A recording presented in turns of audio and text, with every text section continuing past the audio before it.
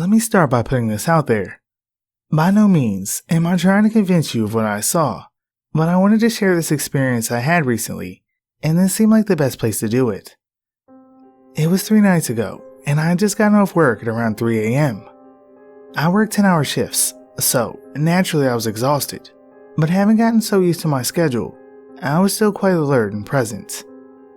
I live next to my grandparents, but since my cupboard usually stays bare, and we're in the middle of nowhere, they're kind enough to leave a door unlocked for me when I get home so I can grab something to eat before heading off to bed. During the night in question, I came home like usual and quietly slipped in through the back door to make my way to the pantry. My grandfather has a bad habit of sleeping on the couch in the den, so I had to be sure to stay extra quiet as to not disturb him. As I'm passing through the den, I happened to glance in his direction, and when I did, it took a moment to register what I was seeing, and then all I could to not scream. There, in the dim glow of the television screen, sat a small, winged creature, propped up on one of the arms of the couch, sitting in my grandfather's direction. Its body was hunched, tucked almost into the fetal position, but it was sitting straight up, hands resting on its knees. I froze solid and simply stared at the thing. It looked somewhat like your typical depiction of a demon or devil, but its body was a solid black, not hairy or cast in shadow, but a solid pitch black. Offsetting its skin color were 2 longish, oval-like eyes and a set of perfectly straight teeth, both a piercing white. I didn't notice any horns.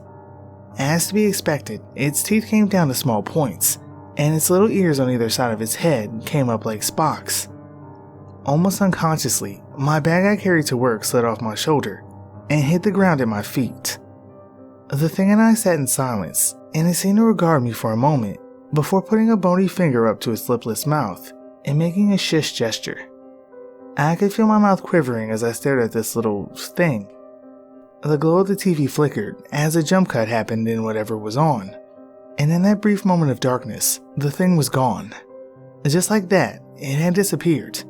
There was no indication it had ever even been there, or even an indentation where it had sat, and I spent a solid half hour looking for anything to prove what I just saw was real.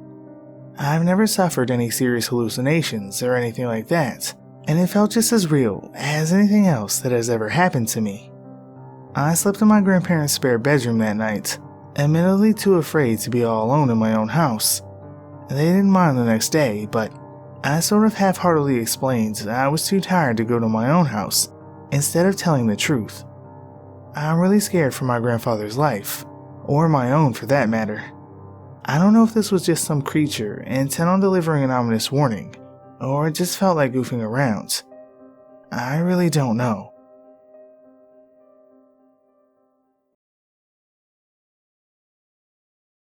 "10 years ago, I lived in Hawaii, and I heard a myth about if you see Pele, the volcano goddess, on the side of the road, you have to pick her up. Well, one night, around 2 a.m., we were going to North Shore, and I saw a lady walking on the side of the highway. I screamed, 'Stop the car, it's Pele!' And as you do, the driver stopped. I was half joking, but still. We waited for the lady to emerge from the darkness, but she never came. There was nowhere for her to go either. We kinda laughed it off and continued on after waiting a few minutes. For the next 2 weeks though, every item involving fire disappeared from our apartment. We were smokers of cigs and recreational marijuana, but they would always go missing. Packs of cigs, lighters, anything, everything. Eventually, my roommate pieced 2 and 2 together, and we, again half jokingly, did a tarot reading and lit candles and staged the apartment for good measure. I apologized to Pele, and we left powdered donuts out. We didn't have any bananas. The next day, all of our missing items were nicely rolled up within dollar bills in our purses. And yes, the donuts were still there, untouched. Neither of us were believers, nor religious in any way. We were both freaked out for a while.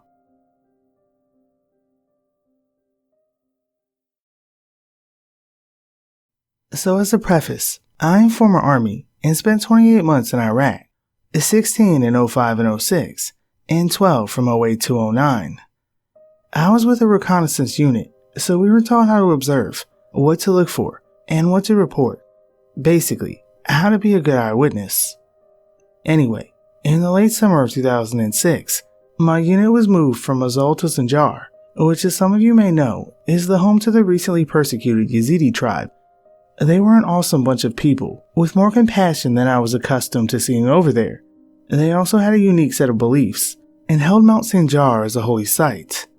Mount Sinjar just so happened to be the tallest terrain feature around, and so it was also the best site for a communications retransmission station, and with a retrans station comes retrans security, and that is where the weird begins. I was on duty with another soldier pulling security on top of the mountain, basically watching avenues of advance to make sure no one got the drop on the commo guys.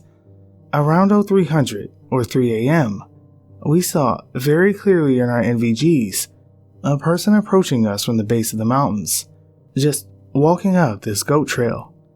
Not knowing if it was a Yazidi or someone else, we radioed it in and kept eyes on him. At this point, I removed my night vision to give my eyes a break and looked down the hill, and there was no one there.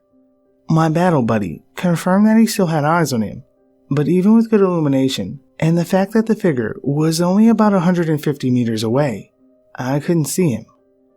Weirded out, I looked through the TWS, or thermal sights, and couldn't see him there either. I put my NVGs back on, and there he was, 100 meters out, just watching. So my question is, what was it? What doesn't show on thermals, but can be affected by infrared? A shadow person? A ghost? A hallucination? What do you guys think?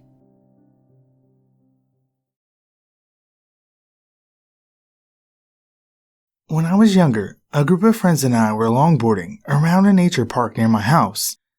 This nature park had a lake that was bordered by a walkway on one side, with lights only maybe every 50 or so feet. We were standing maybe 2 or 3 lights from the end, throwing bread into the water for ducks when we decided to leave. So we start kicking.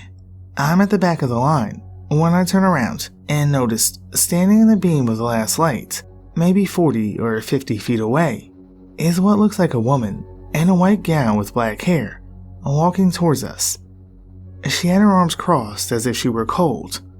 I watched her for maybe 4 or 5 seconds when she looked up at us and then suddenly set off towards us at a dead sprint. We started laughing, thinking someone's fucking with us, but we started kicking pretty hard. It's important to note that when you're kicking hard on a longboard, you can easily cruise at about 15 or 20 miles per hour. So we're all laughing or whatever when I turn around again. This woman is catching up to us. We had never seen someone run that fast for that long. We all panicked and began kicking as hard as we could. We were easily at 20 to 25 miles per hour at this point. As we hit the last light, I dared to turn my head around again to notice that this woman was only 15 feet behind us. Her features were exaggerated.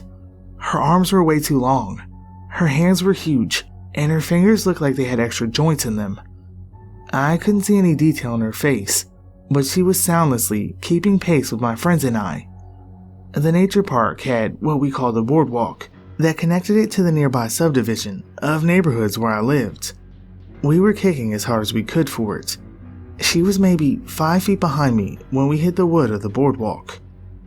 As soon as we did, she just stopped dead in her tracks. We went maybe 50 feet down before we stopped and watched this thing.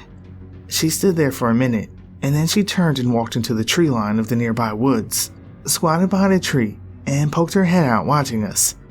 We probably got the fuck out. My friends and I only ever talked about it once, and my buddy, who was at the front of the line, was kicking so hard to get away that he tore a hole in his shoe. If anyone has any idea what could have pursued us that night, I would love to hear it.